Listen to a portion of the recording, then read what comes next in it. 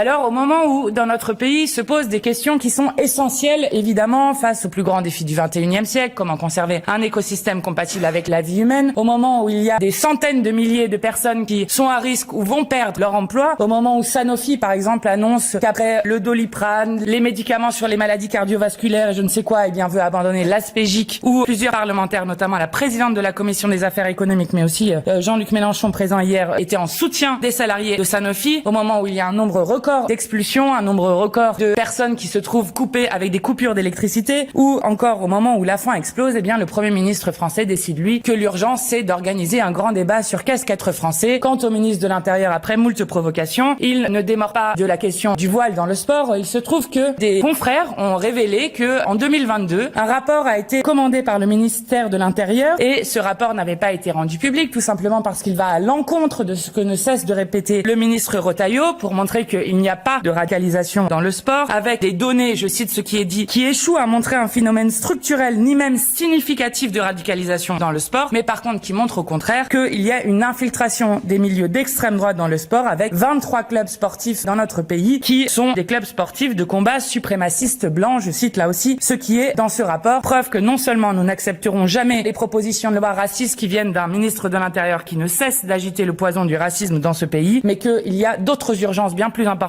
dans ce pays que de pourchasser les femmes musulmanes parce qu'elles porteraient un voile.